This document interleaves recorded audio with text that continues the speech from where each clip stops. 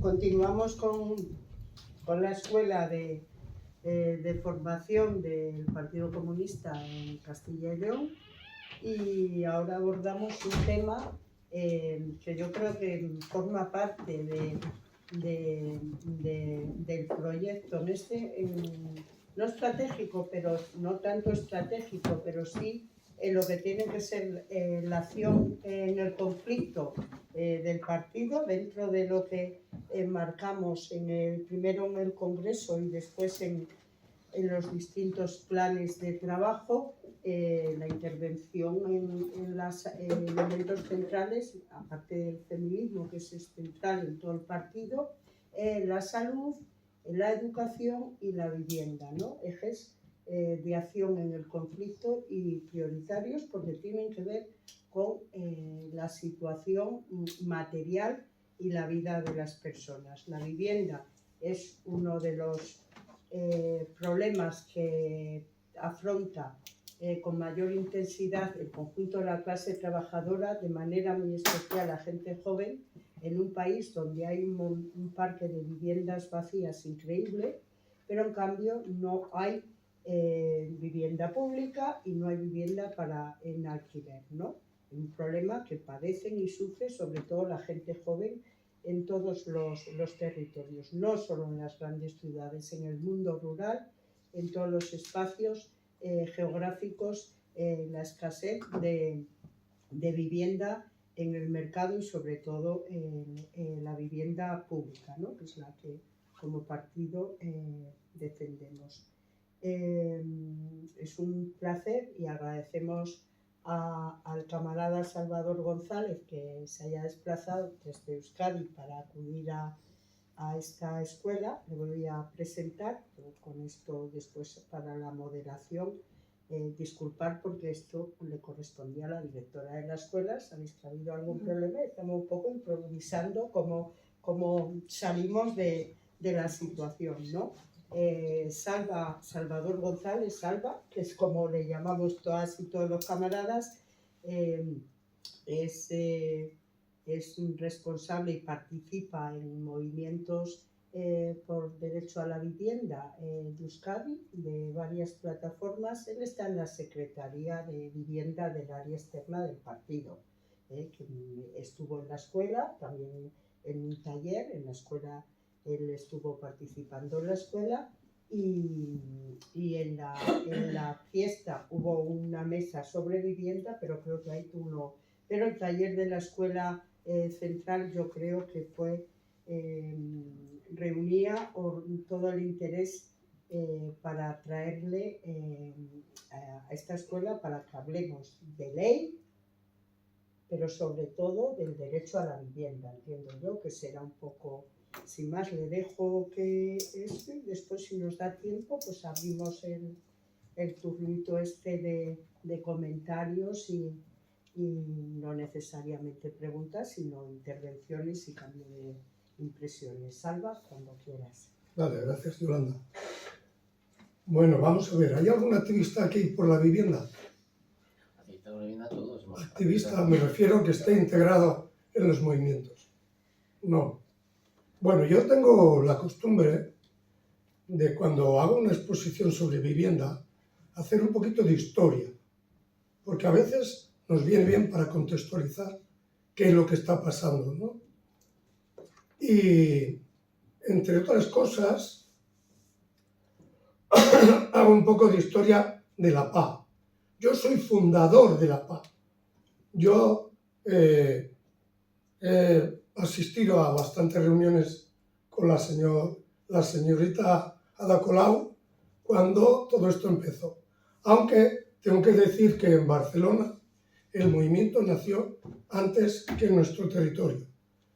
La PA nace en marzo del 2009 y viene de un movimiento que se llamaba V de Vivienda, que sobre todo tenía su terreno de actuación fundamentalmente en sitios como Sevilla, Madrid, Barcelona, en fin, sitios grandes. A nosotros, por ejemplo, ese tema en Euskadi no nos había llegado tan fuerte. Y en esa tesitura, cuando empieza a ver, cuando estalla la burbuja inmobiliaria, empezamos a movernos. Yo por casualidad entré aquí, no lo digo así como es. Un compañero mío de trabajo tenía un problema de vivienda y me apunté a echarle una mano y desemboqué en la Paz de Donosti, y a partir de ahí lo que yo hice fue en Guipúzcoa, las oportunidades que nos dieron, promover plataformas por doquier, ¿no? Dábamos charlas y se creaban una plataforma, les dábamos un poquito la guía de actuación y echaban a andar, ¿no? La política de vivienda del Estado como historia. A ver, hay un ministro, el primer ministro de vivienda de España, que fue allá por el año 57 más o menos, el primer ministerio de vivienda que surgió, que se llamaba José Luis Arrese, que además era vasco, en uno de sus discursos dice: queremos un país de propietarios y no de proletarios. ¿Y por qué digo esto? Porque un poco basados en esa premisa se han venido haciendo todas las políticas de vivienda del Estado. Se dice que tenemos una cultura de compra. Eso no es verdad. Esa cultura es inducida, es promovida. Hace que los españoles de a pie se metan en un crédito, estén un montón de años hasta el cuello, pero para eso, ¿qué ocurre? Que la política de Estado no promueve una política verdadera de vivienda. No ha promovido un parque público de vivienda de alquiler social. Nuestro partido, fundamentalmente defiende un parque público de vivienda de alquiler, que no sea eso de defender la compra de vivienda, porque no decimos que nadie no pueda comprar vivienda, pero siempre sería mucho mejor que en lugar de que una familia se meta en un agujero, tuviera la oportunidad de tener una vivienda de una manera más fácil. Por ejemplo, voy a poner un ejemplo. En Holanda, que yo hace muchos años que pasé por ahí, había un gobierno medio socialero, y en torno a la vivienda, las parejas cuando se iban a casar pedían en sus ayuntamientos que se les facilitara una vivienda de alquiler, y les facilitaban viviendas que estaban acorde con sus necesidades. Y eso es una de las cosas que se debía de hacer también en el Estado español. La crisis habitacional española no es una crisis sencilla, es una crisis múltiple. Está fundamentalmente causada por el modelo inmobiliario que promueve por encima de todo la vivienda en lugar de ser un derecho, una inversión como negocio, ¿no? Y digamos que el derecho de los ciudadanos a una vivienda digna, que está recogido en la Declaración Universal de los Derechos Humanos, en la Carta Social Europea y en tantos tratados internacionales, se queda en un segundo plano. Bueno, se me ha ido otra vez esto. Bueno. El derecho a la vivienda está reconocido en la Constitución española, pero como muchos otros, son derechos, pero no están garantizados. Si leéis la Constitución, tenemos derecho al trabajo, a la vivienda, a no sé qué, pero nadie pone mecanismos que nos permitan que esos derechos sean garantizados, ¿no? La vivienda es un pilar fundamental del bienestar social.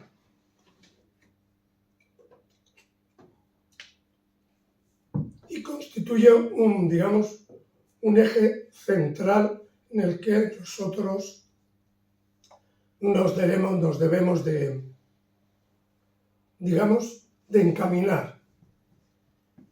Una de las cosas que yo critico a veces, y me voy a referir un poco a lo que tú hablabas antes, que a veces no tenemos noción de lo que pasa, es que actuamos en los conflictos sin estar dentro de los conflictos.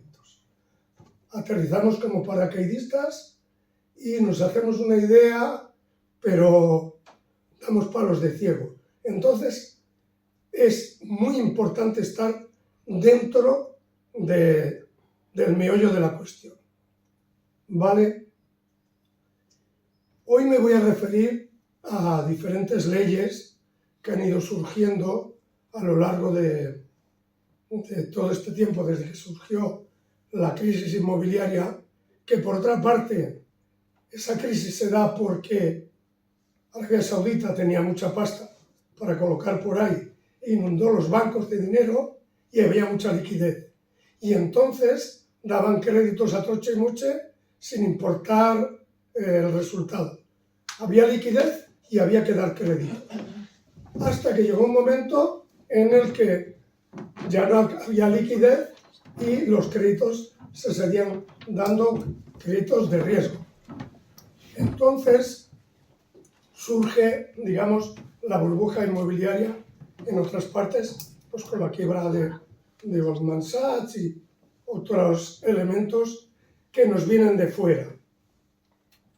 En España se construyeron tantas viviendas en una época como en 5 países de los más grandes de Europa juntos. Se sospecha, hay fuentes, a veces no me gusta asegurar lo que hay, en torno a 3 millones de viviendas vacías que se han construido pero que no se utilizan. Y una de las cosas que nosotros hemos defendido siempre es aprovechar, digamos, en la política urbanística lo que está construido, porque muchas de esas viviendas que están vacías son de empresas, de fondos de inversión que no pagan impuesto de sociedades, de bancos, en fin, y de grandes tenedores de vivienda. Y una de las cuestiones fundamentales es aprovechar el parque urbano sin tener que construir otro parque, pues porque hay un parque privado y otro parque público. No. Debemos de, digamos, encaminarnos a que ese parque se convierta en un parque público. Mirad, en España existe un parque de vivienda social considerado como tal exclusivamente la vivienda en alquiler de titularidad pública. Ese parque es exiguo. Hay unas 290.000 viviendas, de las cuales 180.000 son de titularidad de las comunidades autónomas y entidades dependientes, y otras 110.000 viviendas son de titularidad de los ayuntamientos. Quiere decir que estamos en el 1,6% de parque de vivienda, de vivienda pública, cuando hay países como Francia, el Reino Unido, Suecia, Países Bajos, incluso yo me atrevería a ir más hacia el este, en Austria, ahí llegan hasta tener un parque público del 15%. La media europea es un 9 y pico, 9,5 por ahí. Es la media europea, ¿no? Entonces, ¿qué ocurre con todo el tema de la burbuja inmobiliaria? Se nos viene encima un problema porque cuando estalla la burbuja hay sectores que se hunden, como la construcción y tal, y eso hace que haya mucha gente que antes podía pagar una hipoteca y de pronto no la pueden pagar. Es, digamos, una cosa fortuita, en el cual empieza a haber un problema. La ley hipotecaria que tenemos en España es del siglo XIX, pero la primera publicada en España es de 1946. Y con eso trabajamos todavía, aunque para una serie de cuestiones lo que se aplica es el Código Civil, la Ley de Enjuiciamiento Civil. ¿Sí? Estoy hoy un poco...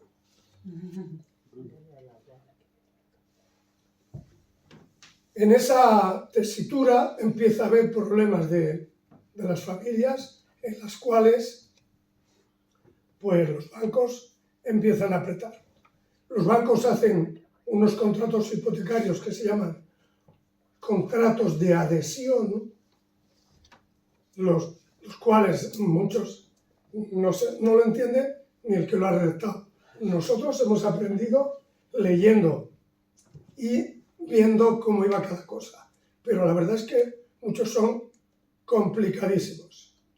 Con esos contratos de adhesión, con las condiciones que están inmersas dentro de esos contratos, me refiero a las cláusulas financieras, porque los contratos hipotecarios tienen tres partes. Una que es las presentaciones, donde reconocen la capacidad de los comparecientes, las condiciones financieras y las condiciones generales.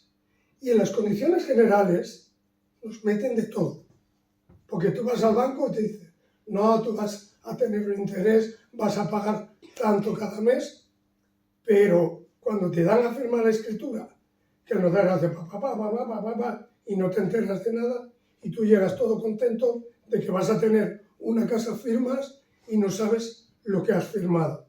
Entonces se llegó a empezar desde la postura de los bancos que había unas cláusulas que se llamaban de vencimiento anticipado del contrato.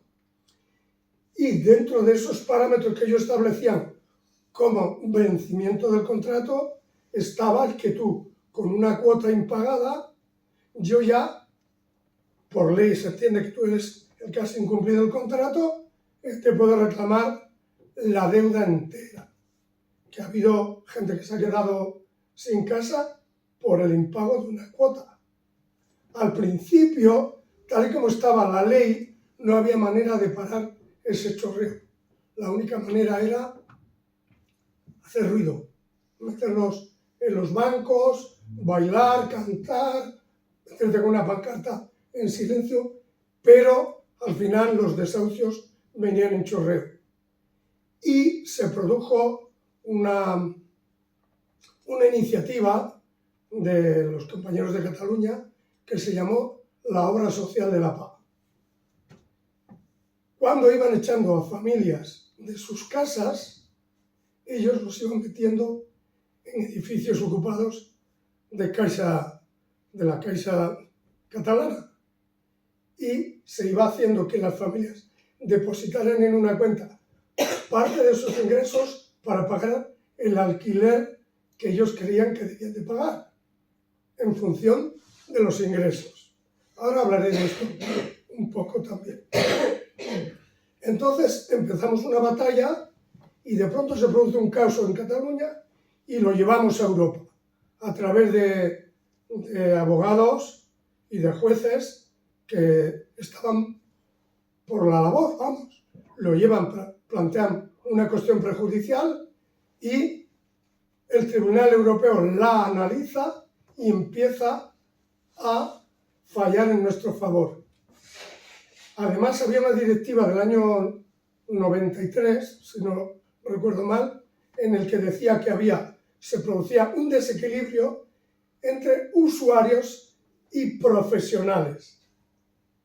Y eso hacía que las cláusulas dentro de los contratos, muchas se pudieran declarar nulas. Lo que había que hacer es intentar que los contratos sobrevivieran sin esas cláusulas. ¿Quiénes eran esas cláusulas? La cláusula de vencimiento anticipado, las cláusulas suelo, las cláusulas que te ponían por gastos de reclamación. Tú una cuota no pagabas y te metían una multa de 30 o 40 euros dependiendo de los contratos. y con hacer así y darle a un botoncito. Eso se llamaba gasto de reclamación por posiciones deudoras. Y todo eso hizo un conjunto de medidas que asfixiaban a las familias españolas. Y nosotros empezamos una batalla en Europa que poco a poco fuimos ganando. Hay que decir, para que nadie se llame engaños, que las competencias de viviendas no las tiene el Estado, sino que son competencias de las comunidades autónomas. Y empezaron, fruto de la presión y fruto de las sentencias del Tribunal de Justicia de la Unión Europea, empezaron a surgir leyes de vivienda que en cierta manera había aspectos que nos favorecían. De hecho, por ejemplo, en Euskadi, nosotros, cuando el PSOE cogió la ley nuestra de Andalucía, se la llevó a Euskadi, la adaptó allí y promovió la ley de vivienda, pues era el cherry de Kansas City, pero cuando había que tomar decisiones le temblaban las piernas. Nosotros empezamos a tener entrevistas con los grupos políticos y metimos algunas de nuestras reivindicaciones dentro de la ley autonómica. Entre ellas, una que era el derecho subjetivo a la vivienda. Mirad, hay una cosa que sucedió y además yo la quiero subrayar. El PP, que votó en contra de la ley de vivienda vasca, y PNV también, votaron en contra, pero nosotros convencimos a la gente de H. Bildu y al propio Gorka Maneiro, que era de UPyD, y sacamos la ley adelante. Por un voto salió la ley. Entonces había entre el derecho subjetivo universal, lo decía la ley de vivienda vasca, la función social de la vivienda. ¿Por qué llegué a este punto? Porque con la sentencia que hizo el Tribunal Constitucional cuando recurrieron la ley de vivienda vasca, dice el tribunal que para que se cumpla la función social de la vivienda tiene que estar habitada, siempre que eso esté dentro de la ley. Entonces, la ley de vivienda vasca reconocía eso, tenía un mecanismo para movilizar la vivienda vacía, que era penalizar la vivienda vacía con un canon que era de 10 euros por metro cuadrado. Es decir, tenía un montón de mecanismos que nos podían venir bien. Pero, aún así, lo que más dificultades nos creaba era lo que venía en los contratos hipotecarios, que era el vencimiento anticipado de las hipotecas. Entonces, a través del Tribunal Europeo y de la ley de la Directiva 13/93, conseguimos subirnos hasta un escalón en el que los jueces lo que hacían de oficio era que cuando había un proceso de ejecución hipotecaria, llegaran a decir que la deuda no era suficientemente grave como para tener en cuenta la anticipación del vencimiento del contrato. Y ahí empezamos a ganar territorio. En el año 17 se produce una resolución del Comité de Derechos Económicos, Sociales y Culturales de la ONU que dice que el gobierno español tiene que legislar en torno al tema de la vivienda porque echar a familias a la calle sin una alternativa habitacional es una violación flagrante de los derechos humanos. ¿Vale? Y ahí ya empezamos a hacer presión para que eso sea una realidad. De hecho, hicimos comparecencias en el Parlamento Vasco, en fin. Todas las leyes que fueron saliendo para paliar un poco la situación de las familias, entre otras cosas,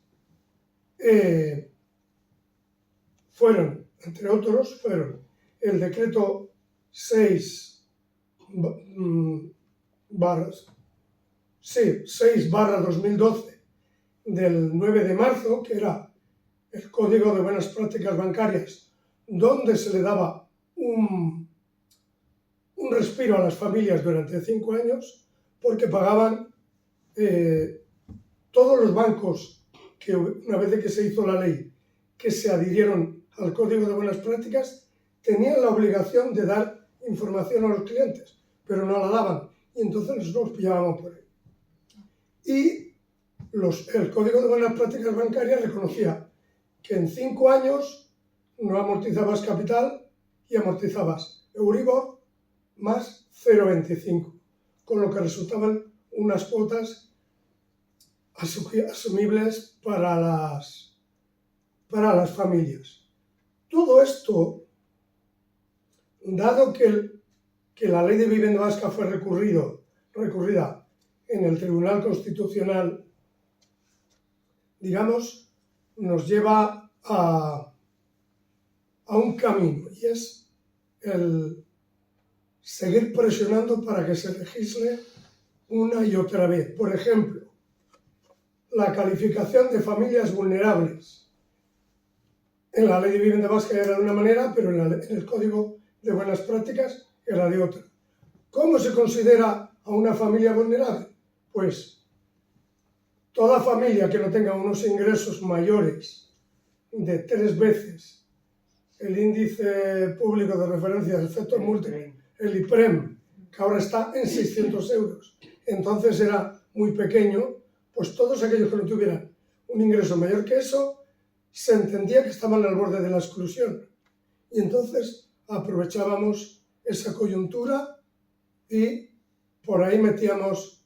Y además establecían que se podía alargar el plazo de amortización hasta 40 años, que es lo que reconoce la ley española.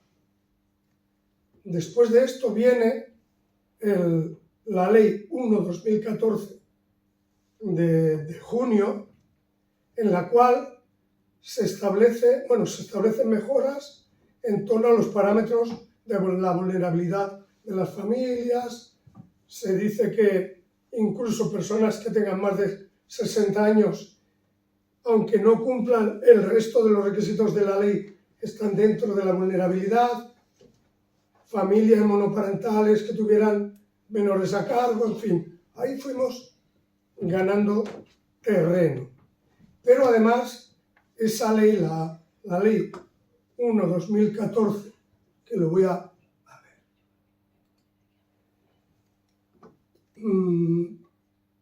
sí, del 14 de mayo, en su artículo número 1, dice: suspensión de los lanzamientos sobre viviendas habituales de colectivos especialmente vulnerables. Hasta transcurridos 2 años desde la entrada en vigor de esta ley, no procederá el lanzamiento cuando un proceso judicial o extrajudicial de ejecución hipotecaria se hubiera adjudicado al acreedor o a persona que actúe por su cuenta de la vivienda habitual de personas que se encuentren en supuestos de especial vulnerabilidad y en las circunstancias económicas que se establecen en este artículo. ¿Qué ha ocurrido con eso? Que fruto de la presión, no solamente de los grupos políticos, sino de la actividad de las plataformas, esto ha ido llevando a hacer prórrogas de 2 en 2 años y ha llegado hasta mayo del 2024. Es decir, ahora cuando se produce un proceso de ejecución hipotecaria y se adjudica la vivienda a un particular, normalmente ahora no hay pujas. Quien se apodera de las viviendas son los bancos, porque llegó un momento en que, digamos, los que podían invertir en vivienda no querían vivienda. Y entonces la ley establece que si no hay pujador, el banco tiene la posibilidad en 20 días adjudicarse la vivienda por el 70% del valor de tasación que viene en la escritura. Eso es a efectos de subasta y siempre que sea vivienda habitual. No se tienen en cuenta bajos, etc. Otra ley que ha influido en todo este devenir, ¿no? Es, bueno, el nuevo Código de Buenas Prácticas, que este es muy reciente. Pero ahora me voy a meter en otra parte porque hay que decir que, dado el problema que había de las reformas de la Ley de Arrendamientos Urbanos, que esa sí es estatal, y que, dada la iniciativa del PP de hacer una ley que regule los contratos de crédito inmobiliario, surge un problema. Con esta ley, que es del año 2019 y que entró en vigor en junio, a pesar de haberla publicado en marzo, con esta ley se endurece el acceso al crédito de las familias. ¿Sí? Sí que tiene algunas cuestiones que son ventajosas porque está basada en una directiva del año 2014 en el cual se ofrecen garantías para las familias que no se enteran de la fiesta cuando firman el contrato hipotecario. Entonces ahora hay una cosa que se llama la ficha europea de información normalizada, hay una ficha estandarizada también, y además sirven como una hoja de, hostias, no me acuerdo cómo se llama, una oferta vinculante. Entonces, antes de llegar a darte el crédito, por eso digo que se ha endurecido el crédito, porque hacen un estudio exhaustivo de las familias. Yo cogí un crédito el año pasado y para que no era muy grande, y estudiaron, vamos, hasta donde tengo el último empaste de las muelas. Entonces, con esto en el banco te cogen, te dicen, esta es la condición con la que te vamos a dar el crédito, y te lo detallan. Y en 10 días vas al notario y el notario te da otra chapa para que te aclares de lo que estás firmando y de la responsabilidad que adquieres. Y después, el día de la firma, el notario te vuelve a dar otra chapa. O sea, es para que no haya luego lo que había antes, que llegaban los pobres a los juzgados y decían, pero si yo no he firmado eso, pero si lo habían firmado. Entonces, esta ley introduce un cambio en todo esto. De ahí nace la ley 7/2019 del 1 de marzo, a través de la cual se hace una reforma en la ley de arrendamientos urbanos, porque las familias, como no pueden acceder al crédito, ahora demandan viviendas de alquiler. Por poner un ejemplo, en Euskadi hay alrededor de 78.000 personas o familias inscritas en Etxebide, que es un organismo del gobierno vasco, solicitantes de vivienda protegida. De esas, como unas 10-12.000 prefieren viviendas de VPO para la compra. Pero el resto son solicitantes de viviendas de alquiler. Como la reforma que se había hecho en años anteriores perjudicaba a los inquilinos porque no les daba estabilidad, los contratos solo eran para 3 años, a los 3 años te endurecían las condiciones, y entonces eso era, el gobierno se ve obligado a legislar, y con esta reforma hace que los contratos sean, a ver, un contrato de alquiler puede ser como lo quieran las dos partes. No tiene por qué ser exactamente como lo dice la ley.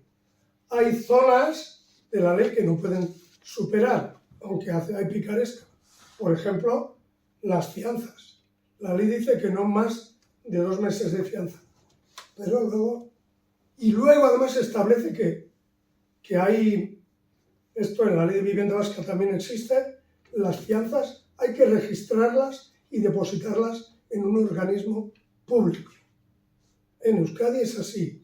Lo que ocurre es que hay mucho alquiler al negro y entonces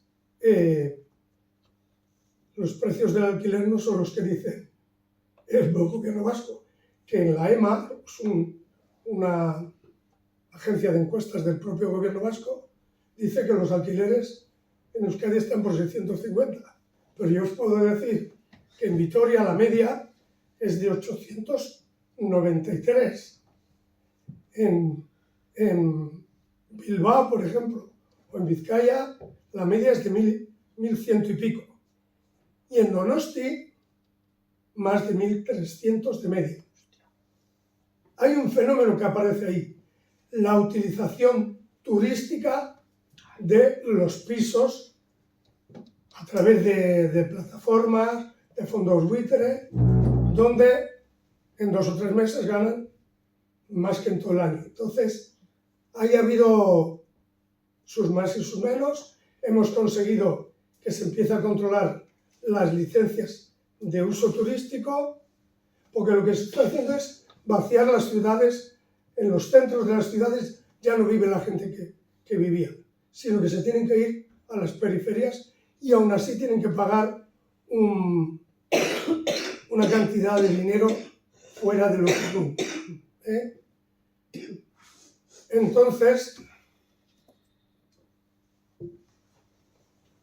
de ahí nuestra lucha dentro de la SPA por la limitación de los precios del alquiler.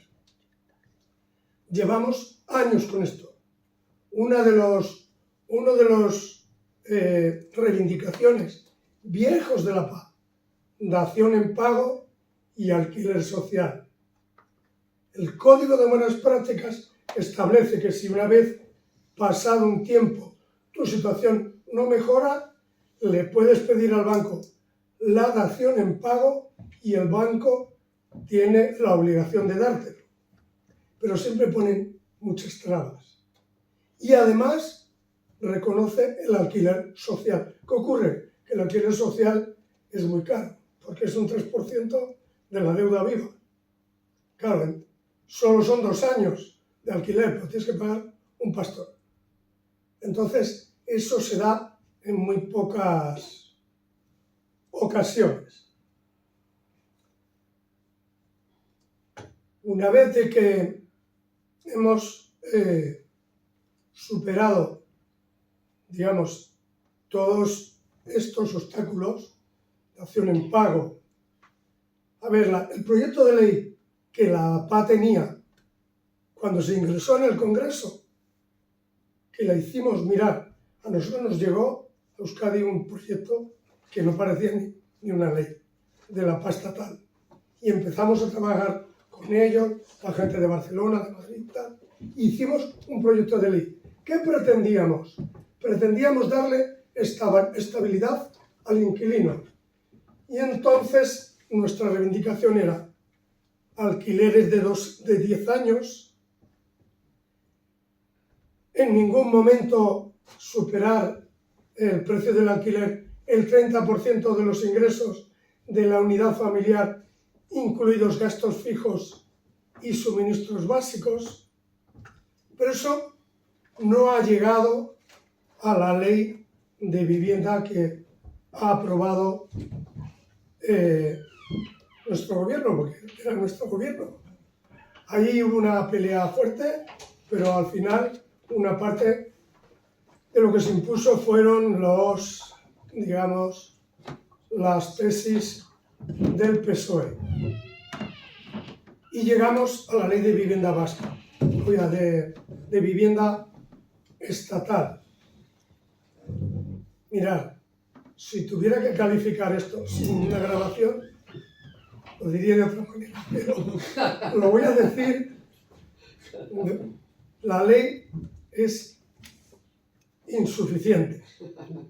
¿Vale? ¿Qué quiero decir con esto? Mirad, la ley de vivienda que ha aprobado el gobierno progresista es una ley llena de generalidades. Es una ley llena de buenas intenciones. Pero es una ley que establece mecanismos para poder limitar el precio del alquiler. ¿Qué ocurre? ¿Dónde está la pega de todo eso?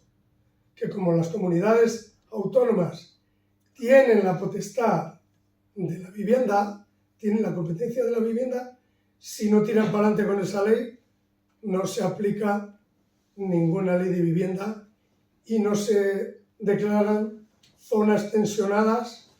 A ver, las zonas tensionadas, según establece la nueva ley de vivienda, son aquellas donde los ingresos medios de la unidad familiar de esa zona que estén dedicados a la compra o al alquiler no superen el 30% teniendo en cuenta los suministros básicos y los gastos fijos. ¿Qué ocurre? Que en muchos casos son el 40% y hasta el 50%. Se pueden declarar zonas tensionadas, se pueden limitar los precios del alquiler. ¿Cuál es el problema de esto? Que esta ley es para 3 años. Se pueden hacer prórrogas anuales, porque en otros países las han hecho. Entonces, pues en 3 años a lo mejor te alivias, pero igual cuando se terminen los 3 años, si no se prorroga la ley, la cosa vuelve. Una de las cosas positivas que puede haber es que se pueden establecer precios de referencia del alquiler, teniendo en cuenta los contratos de 5 años atrás. Pero no hay ninguna herramienta administrativa que nos haga que podamos apretarle las tuercas a la administración o a los fondos buitre, etcétera, etcétera. ¿Qué quiere decir esto? Que tenemos una ley, pero a medias. Mirad, la ley de vivienda vasca la pusieron en vigor en el año 2015. Tiene casi 8 años. Casi 8 no, más de 8. Entró en vigor en junio del año 2015.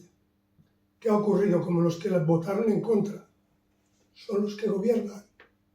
Lo que han hecho es no desarrollar cada elemento de la ley, con lo cual, en muchos casos, la ley es papel mojado, no se puede aplicar. Y aquí podría ocurrir otro tanto. ¿Cuáles son los artículos más significativos que nos pudieran dar a nosotros, digamos, leña para avivar el fuego? El artículo 18 y una disposición transitoria que es la segunda, y ahí está todo el contenido de la ley. El resto son proclamas de buenas intenciones, concepto de qué es vivienda protegida, qué es vivienda infravivienda, se establecen mecanismos para la rehabilitación de vivienda, pero todo eso tiene que ser con la aprobación del gobierno autonómico de turno. Entonces, esto es una herramienta, aparte de que hay que desarrollarla, un poco endeble para lo que nosotros queremos. Nosotros, de todas formas, hemos hecho mociones en el País Vasco, hemos hecho una campaña de mociones en los ayuntamientos más poblados de todo el país, de todo Euskadi, y se han ido aprobando mociones que instan desde los ayuntamientos al gobierno vasco a declarar zonas tensionadas, o bien todas las ciudades, o bien trozos de las ciudades. Pero lo tiene que hacer el gobierno vasco, o el gobierno de Castilla-La Mancha, o el de Castilla-León. Mirad, las únicas leyes pioneras de todo esto fueron la de Cataluña y la de Navarra. Por ejemplo, en Cataluña obligaban a los grandes tenedores de vivienda, cuando había un proceso de ejecución, a alquilar la vivienda por un alquiler social. Ahí había, lo que pasa es que luego la recurrieron al Tribunal Constitucional. La condición sine qua non para que todo esto se aplique es que la carga media del coste de la hipoteca del alquiler en el presupuesto personal o de la unidad de convivencia, más los gastos y suministros básicos, supera el 30% de los ingresos medios o de la renta media de los hogares. Y B, que el precio de compra o alquiler de la vivienda haya experimentado en los 5 últimos años anteriores a la declaración como área de mercado de vivienda tensionado un porcentaje de crecimiento acumulado al menos de 3 puntos porcentuales superior al IPC. Esas son las condiciones y no hace falta que se cumplan los dos requisitos, sino que con uno que cumplan es suficiente para declarar zonas de mercado tensionado. Y en torno al tema del alquiler, para que tengáis un poquillo de idea, mirar, iba a hacer otra charla, pero yo creo que es mejor que preguntéis, que yo os vaya dando pequeñas cosas, porque yo casi ni he mirado el guión. Me he tirado para adelante de todo lo que tengo, digamos. A ver, cuando uno está en un sitio metido y trabaja, no hace falta muchos guiones para... Por ejemplo, contratos de alquiler mínimo puede ser 1 año. Si no se especifica cuánto es el tiempo, es 1 año. Si haces un contrato por 1 año y ninguna de las dos partes lo denuncia antes de que se venza, los contratos obligatoriamente se prorrogan por periodos anuales, y si es, digamos, persona física, el arrendador, son 5 años, y si es persona jurídica, son 7 años. Después, si no hay un aviso con 4 meses anterior por el arrendador o 2 meses por el arrendatario, esos contratos se pueden prorrogar hasta un periodo máximo de 3 años. Todo esto viene de otras leyes, pero está incluido en la ley de vivienda nueva que aprobó el gobierno en mayo, junio, creo que fue en junio. Y creo que con esto me voy a callar y vais a hablar vosotros. Si no, sí.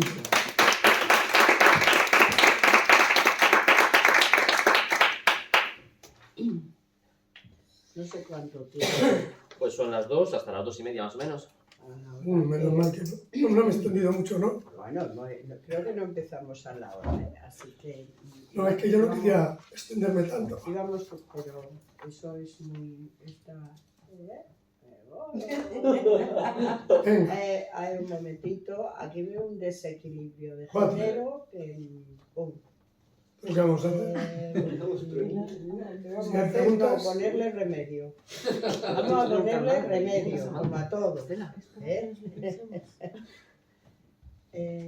Como no vi el orden, tenemos media hora.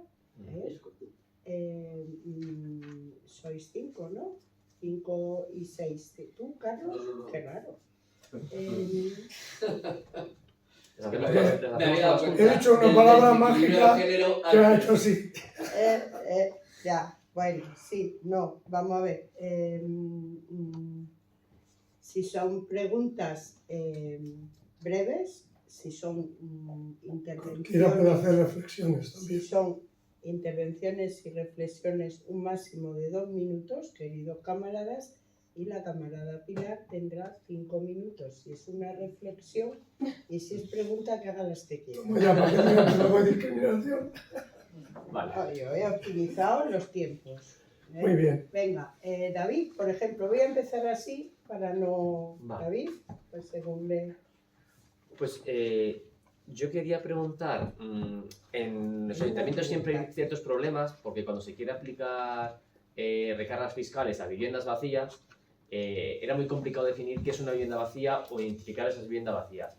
En la ley de vivienda última que se ha aprobado, creo que sí que había algo en ese sentido, pero no tengo muy claro exactamente qué es lo que había a nivel de definir que si es una vivienda vacía o no, si se ha avanzado o no, puesto que eso es una reivindicación que llevamos en los ayuntamientos haciendo muchos años. Y la otra pregunta es que también se hizo un anuncio por parte del gobierno del Partido Socialista sobre las viviendas que tenía la Sareb, que se iban a poner a disposición bueno, pues no sé exactamente cómo se iban a gestionar, que no era tanta vivienda como había. Yo trabajé en Sareb y mucha parte de Sareb no tiene vivienda en los centros de las ciudades o en las ciudades, sino que es en otros lados. Pero cómo ha quedado un poco el tema de que la vivienda de Sareb, que ya es pública, puesto que se rescató a los bancos, aunque luego se gestiona muchas veces, otra vez con inmobiliarias de bancos, con Altamira, etcétera. ¿Cómo ha quedado eso? Puesto que fue un anuncio como, vamos a decir, electoral y no sé exactamente cómo ha quedado. ¿Vas contestando? No. Camarada, tú. Sí. Bueno, yo son una serie de reflexiones. Totalmente de acuerdo en que el modelo que tenemos hoy día nos retrata directamente al franquismo y al hecho de que se incita a la gente a comprar y no alquilar, que cosa que luego durante muchos años ha sido porque es que el alquiler es prácticamente, no es una opción. Salvo tú vienes de Guipúzcoa. No, vengo de Álava. De Álava. Pues bueno, yo tengo compañeros en ambos lados. De los compañeros míos que trabajan en las Arte, no viven en Donosti más que un 5%, porque no pueden permitírselo. Este problema del precio del alquiler, que yo creo que después de la crisis de los problemas de los desahucios por hipotecas, es el que está ahora llegando sobre todo a la juventud. Es un problema que se puede dar más en ciudades más grandes, pero que ya está llegando a ciudades de tamaño medio como Valladolid. Y es que luego hay irregularidades flagrantes que se ven en los sitios más tensionados, pero que van llegando al resto. Por ejemplo, cuando estuve viviendo en Madrid, para ir a ver un piso nos pedía la inmobiliaria una fianza para enseñárnoslo y solo nos la devolvían si al final lo alquilábamos. Por ejemplo. Pero es que esas cosas que son claramente ilegales, digamos, están publicadas, todo el mundo lo sabe y no se hace nada contra ello. O como que tú vas a comprar una vivienda de VPO por una inmobiliaria y te dicen, bueno, ahora se subastan los muebles de la cocina. No, es que yo no quiero los muebles de la cocina. Ya, amigo, pero es que los muebles de la cocina son los que determinan el precio de la vivienda.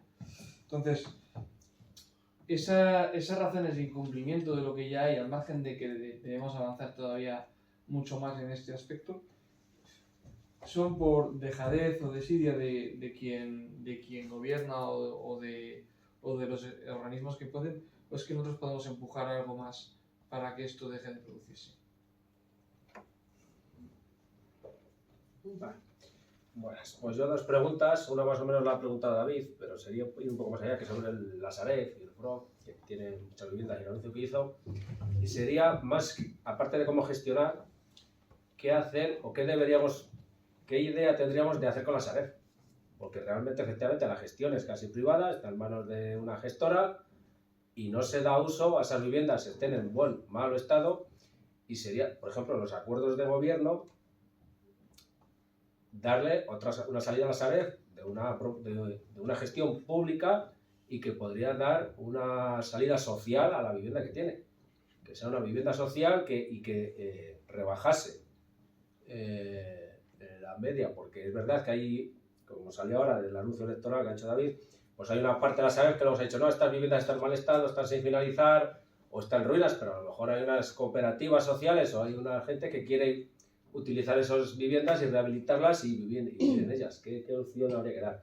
Y luego otro asunto que has tocado por encima, y tampoco no sé cómo está la ley de viviendas. Pasa que había tanto material. No, es lo de las viviendas de usos turísticos. Todo lo que tengo aquí. Lo de las viviendas de usos turísticos, que son competencia regional, que pueden hacer los ayuntamientos para limitarlas o para si conoces algunos casos, si conoces algún caso de algún ayuntamiento que haya podido, porque claro, si lo limita, posiblemente haya una denuncia ante la administración regional que diga, no, esto usted está limitándose, como pasó con las casas de apuestas en algunos lugares y tal, de qué hacer con la vivienda, qué límites hay, si conoces algo, si conoces incluso sentencias, que haya habido algún ayuntamiento que haya ido hacia adelante y haya dicho, yo hago una sentencia, y una sentencia en algún lugar del Tribunal Supremo que diga, no, el ayuntamiento tiene razón por asuntos de bien social o por asuntos de buena vecindad o cualquier motivo que nos pueda servir de base. Y Ricardo, ¿todavía es? Sí, vale, sí. Vale, dale. No, es muy simple, es una pregunta. Ocupación. O sea, no se trata de la ocupación que todos sabemos, sino el uso torticero que se está dando además en organizaciones de ultraderecha, de que si te vas de vacaciones, te cogen y te ocupan y luego no puedes, al Cristo. Un camarada que sabe y conoce, ¿es verdad ese mito? ¿Es realidad o es que nos están tergiversando las cosas? ¿Existe? ¿No existe? ¿Es mínimo? ¿Es masivo? ¿A quién le interesan ese tipo de bulos? ¿Quién está detrás? ¿Qué podemos hacer para contrainformar? Ya está, es la ocupación. Pero desde el punto de vista de la otra parte, no de la nuestra, que entendemos que bueno, una casa está vacía, tenemos todo el derecho a ocuparnos, sobre todo si somos personas que no tenemos vivienda. Sino el uso torticero que se está haciendo, que es que en algunos programas, en algunos sitios es brutal. Si lo conoces. No me mires con esa cara. Claro. Lo primero, que entronca con lo que decía antes, perdón, la cámara que no me acuerdo de cabeza. Lo mío es los nombres. Yo, Tomás. Tomás. Con lo que decía Tomás. Porque en el corazón mismo del capitalismo, del libre mercado y demás, como es la ciudad de Nueva York, hay medidas que intentan frenar el tema de los apartamentos turísticos, porque evidentemente tienen el mismo problema que tenemos aquí en muchas zonas y en muchas ciudades, y sí que han establecido medidas para limitar ese tipo de cuestiones. Yo no sé si eso aquí, con la legislación que tenemos, o si tú tienes idea de si eso sería posible, ¿no? Que un ayuntamiento pudiera establecer medidas de ese tipo, de que los alquileres de pisos turísticos tienen que tener un mínimo de días, no puede ser por un día o dos, que la persona propietaria tiene que estar compartiendo la vivienda y demás. Entonces, bueno, yo no sé qué al final el resultado dará eso, pero es un poco el índice de lo que está pasando, que no es aquí solo, ¿no? Donde pasa, y que allí mismo también están intentando tomar medidas, aunque nos parezca mentira. Y yo no sé si eso aquí sería posible trabajar en ese tema. Y luego ahora ya la reflexión sobre el tema rural, porque tenemos el problema en las grandes capitales, es evidente y todo el mundo lo tiene, pero hay un problema de otra índole, pero que al final el efecto es el mismo, y es en las zonas rurales. Porque hay gente que posiblemente se quisiera ir a vivir a determinadas zonas y hace mucha falta que se vayan a vivir y no hay dónde vivir, por varias cuestiones. Una, porque aunque hay vivienda, está en muy malas condiciones, no está habitable.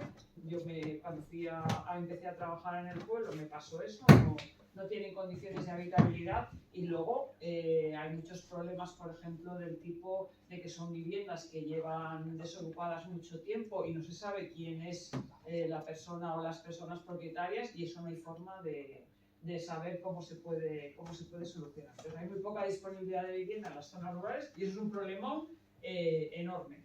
Ya no es una cuestión de dinero, sino de falta de disponibilidad. Entonces, a veces hablamos de Madrid o de Barcelona o de San Sebastián, que tienen unos problemas específicos, pero las zonas rurales tienen otros y no son menores, y además con el tema de la despoblación para revertir un poco ese tema. Por lo cual esa es una reflexión que hay que plantearnos cómo afrontamos eso. Y ahora algunas cosas que se pueden hacer dentro de los mismos zonas rurales, ¿no?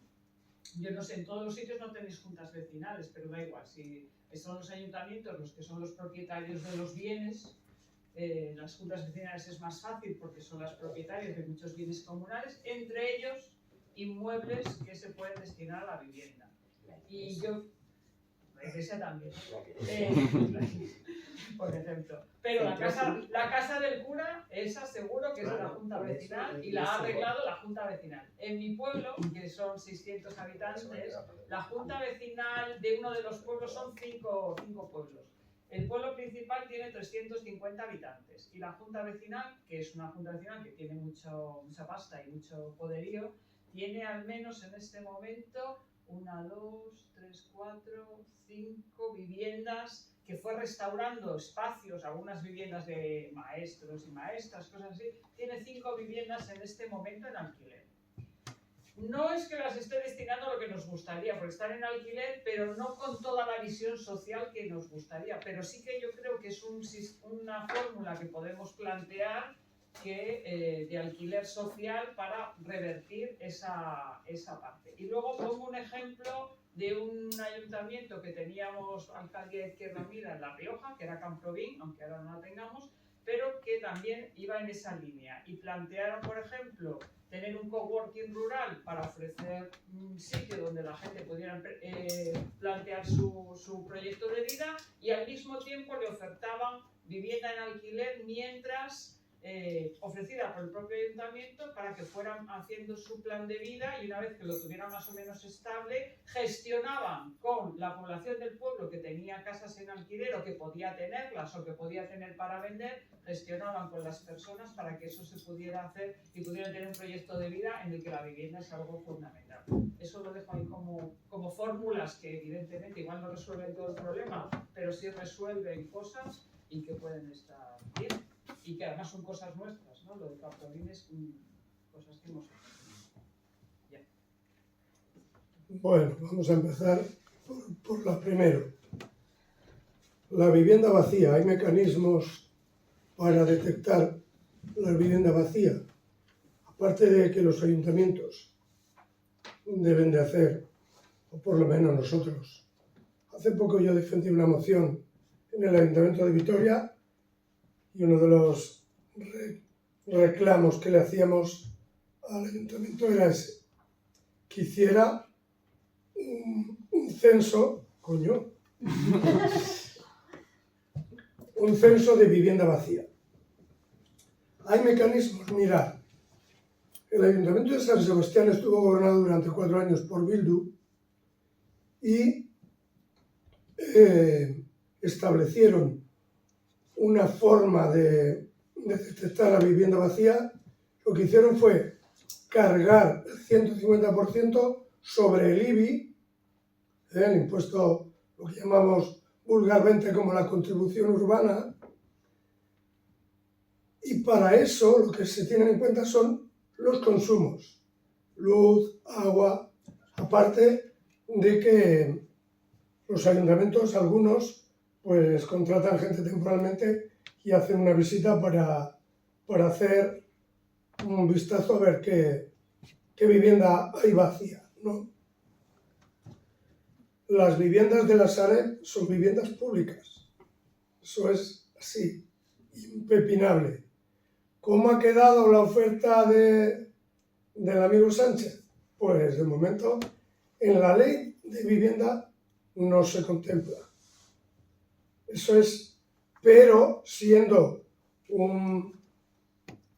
siendo parque público de vivienda, el problema mayor que tenemos es que las competencias sobre viviendas tienen los gobiernos autonómicos.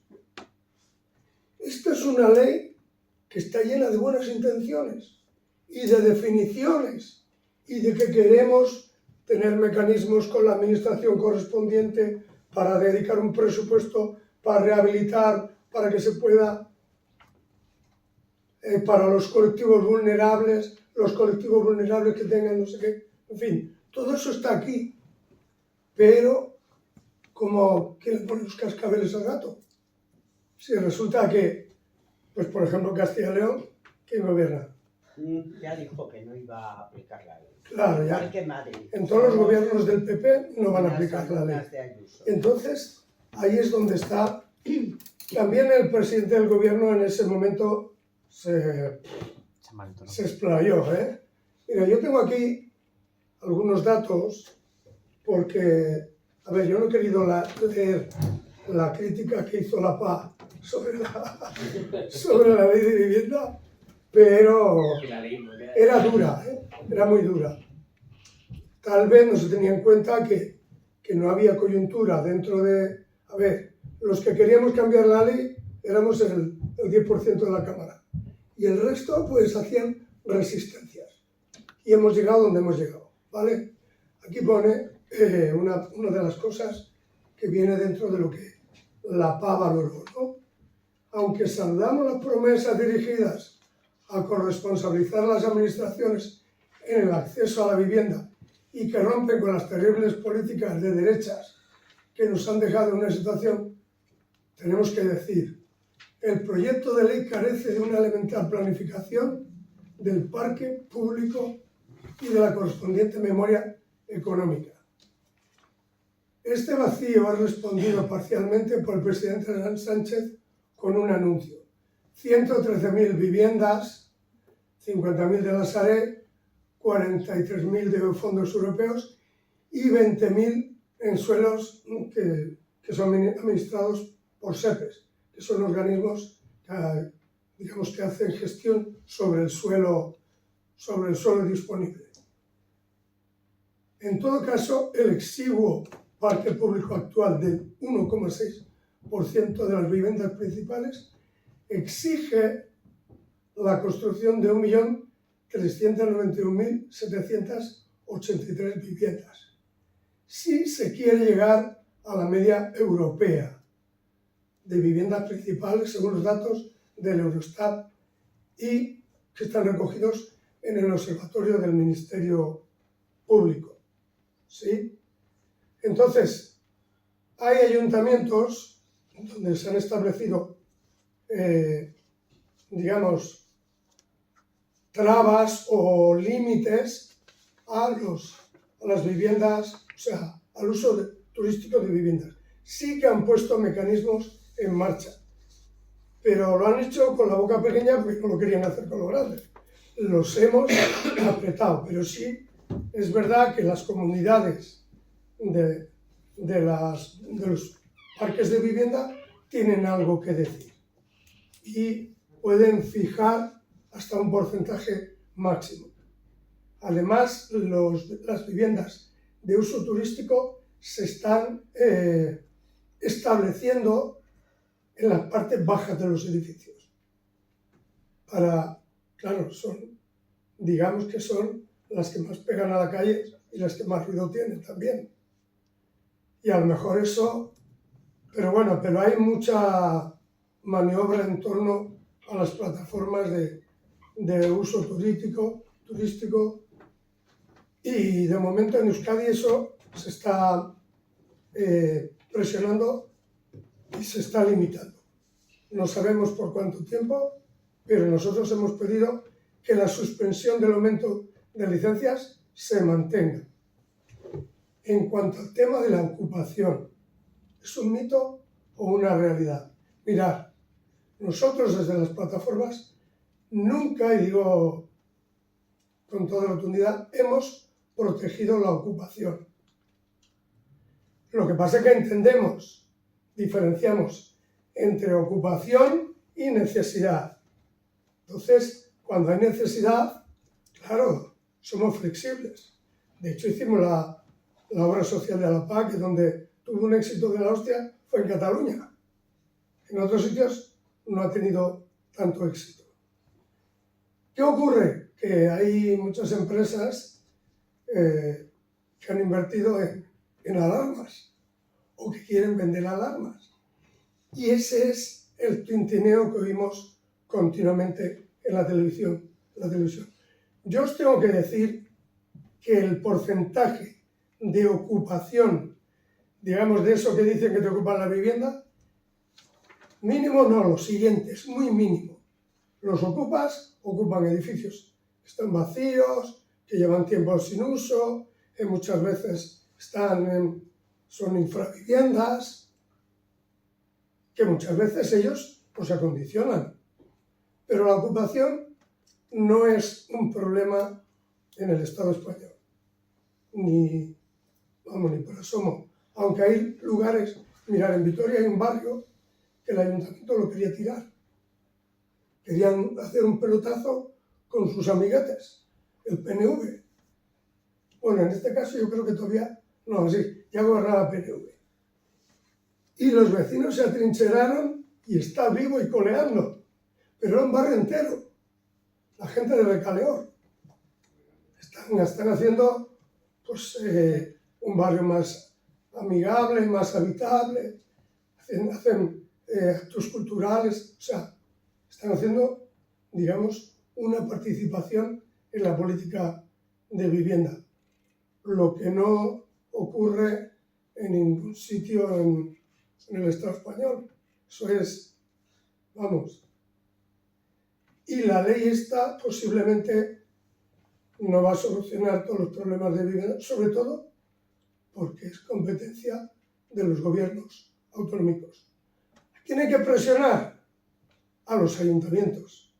Son la parte más cercana al pueblo y, digamos, los que más tienen que sufrir la presión. Yo hace pocos días he estado reunido con el concejal de Políticas Sociales de Vitoria para hacerle una fotografía de lo que está pasando en Vitoria. En Vitoria hay muy poca oferta, pero sabemos que hay en torno a 4.000 viviendas vacías, privadas, que sepamos. Una de las cosas que nosotros estuvimos valorando cuando se hizo la ley de vivienda vasca era grandes tenedores y pequeños tenedores. ¿Qué ha ocurrido? Que los pequeños tenedores se han subido a la ola de los grandes tenedores. Una de las cosas que establece la ley es que es gran tenedor a partir de 10 viviendas o 1.500 metros cuadrados construidos, pero en las zonas que se declaren tensionadas, todo aquel que tenga más de 5 viviendas se considera gran tenedor. Eso le dará a las familias la oportunidad de alargar sus contratos hasta 3 años. Eso lo dice la ley no tiene... A ver, yo si leo esa ley, pues tiene mucha paja, me vuelve loco, ya me la he leído 2 o 3 veces. Pero realmente, ¿dónde sacas el jugo? En el artículo 18 y en la disposición transitoria, que además afecta a la ley de arrendamientos urbanos, porque establece pautas de los contratos de alquiler. Pero una de las cosas que no hay son mecanismos administrativos para denunciar, yo qué sé, al gobierno municipal, porque no alquila, porque en general hay ayuntamientos que sí tienen parques de vivienda, que están ocupados, por supuesto. Pero no hay mucha vivienda, digamos, que le ofrezcan organismos públicos. Son más que nada pues privados que restringen la oferta y hacen que el alquiler suba y suba y suba. Y sucede una cosa, eso en Vitoria se ve, no sé si se verá en otros lugares, está sucediendo que hay familias, 2 o 3 familias, en un piso que no tienen parentesco entre ellas, que están pagando 450 euros por una habitación donde se meten con todos los chusmeles y comparten cocina y baño. Y si eres inmigrante, en cuanto te oyen por el teléfono en una inmobiliaria, no, lo sentimos, no tenemos vivienda de alquiler. Y además, si no tienes, a ver, las condiciones, una nómina de trabajo fijo que te suponga un ingreso de 1.800 pavos por lo menos, a ver, te hacen un perfil. Y a veces, aun cumpliendo el perfil, como seas negro, lo llevas claro. Es un poco la problemática que está sucediendo con el alquiler en general. Bueno, Los buenos tiempos del desarrollismo franquista, cuando la gente migraba del campo a la ciudad, ¿cómo se llamaban aquellos alquileres? Habitación con derecho a cocina. Sí, y sí. ahí se metían las familias. Eso está volviendo a suceder. Claro, claro. Y las zonas rurales, que tienen una política desastrosa, están vacías. Ahora quieren poner mecanismos, oye, que se está vaciando, yo que sé, Álava, por ejemplo. Está vaciando, pues eso, unos hijos de puta, porque no hacen nada en condiciones. No hay una política de vivienda. Ahora el gobierno vasco, a ver, mirad, en Euskadi hay cosas que están bien. El gobierno vasco tiene una cantidad de vivienda que la gestiona Alokabide, que es de alquiler. Digamos, lo que hacen es promover un programa de cesión de uso. Tú firmas un contrato, el gobierno dice si la vivienda está habitable, en qué zona está y qué precio le vas a poner. Pero desde el primer momento en que tú la cedes, tienes el alquiler garantizado, aunque no esté alquilada. Y luego tiene un seguro de vivienda que es para posibles desperfectos. Ese programa se llama Bizigune. Luego hay otro programa que es un poco más de intermediación que se llama SAP. Y eso sí que facilita. ¿Pero qué ocurre? Que son tantas las familias que demandan alquiler que eso no es suficiente. Y este año han dicho, bueno, vamos a construir no sé cuánto. Hacen un plan director de vivienda todos, cada 2 o 3 años. Pero no se cumplen. Porque lo primero que hay que hacer es movilizar la vivienda vacía y luego construir en función de las necesidades del sitio. ¿Qué están haciendo con el derecho subjetivo a la vivienda que se puede reclamar en Euskadi? Todas las familias que reúnan los requisitos que contempla la ley como vulnerables, que sean derechohabientes del derecho subjetivo, algunos están en vivienda pública y pagan un alquiler moderado, pequeño diría yo. Pero el resto que están ocupando vivienda de alquiler privado, les dan el derecho subjetivo, subsidiariamente les dan una subvención de 300 pavos al mes. Tienes que tener el padrón, por narices, en muchos casos la gente que cobra la renta de garantía de ingresos tiene también la prestación complementaria de vivienda, pero eso es un agujero. Yo hice cuentas hace cosa de 2 años y suponía 120 millones de euros anuales para los bolsillos privados. Entonces lo que hace falta es garantizar el derecho subjetivo, porque lo de la universalidad se fue al traste con el Tribunal Constitucional y solo tienen derecho al derecho subjetivo familias vulnerables. Y tienes que reunir todos los requisitos que contempla la ley, salvo gente que sea mayor o algunos que tienen alguna enfermedad, digamos, mental. El resto es... Yo os digo una cosa, hay noches que no duermo.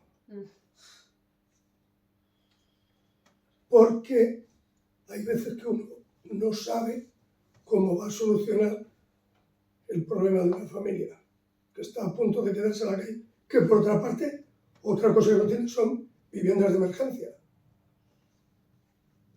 Te vuelve loco. También hay que decir que en las plataformas estamos así, en declive.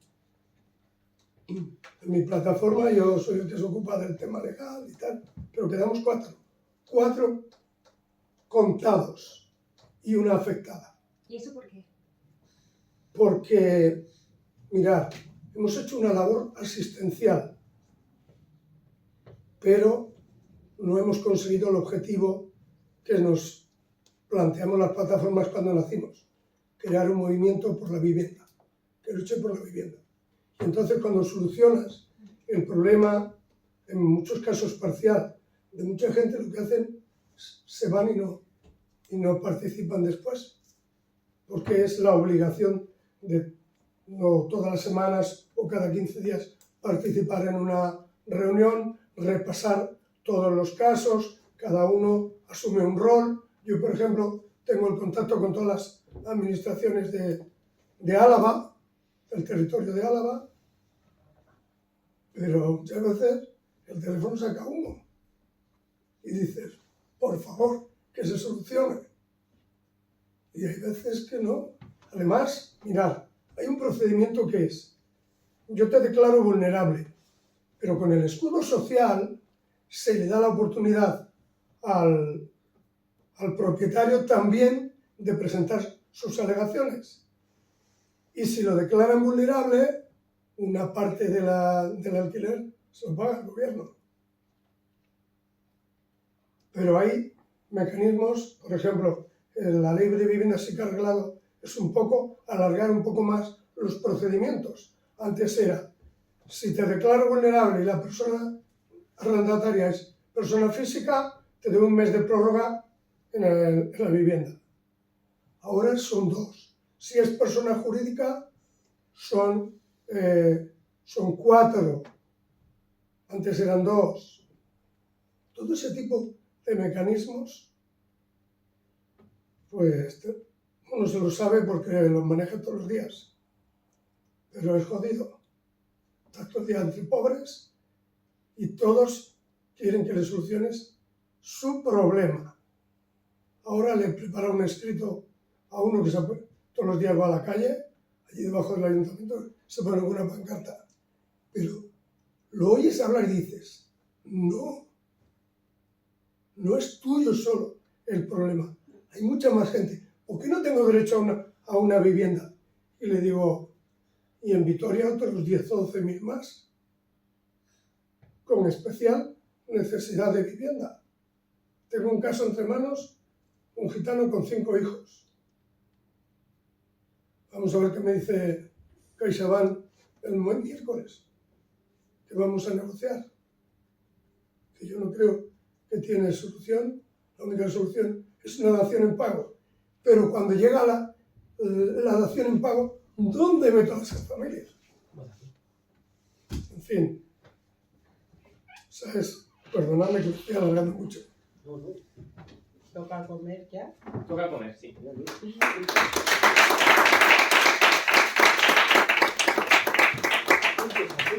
Ha llegado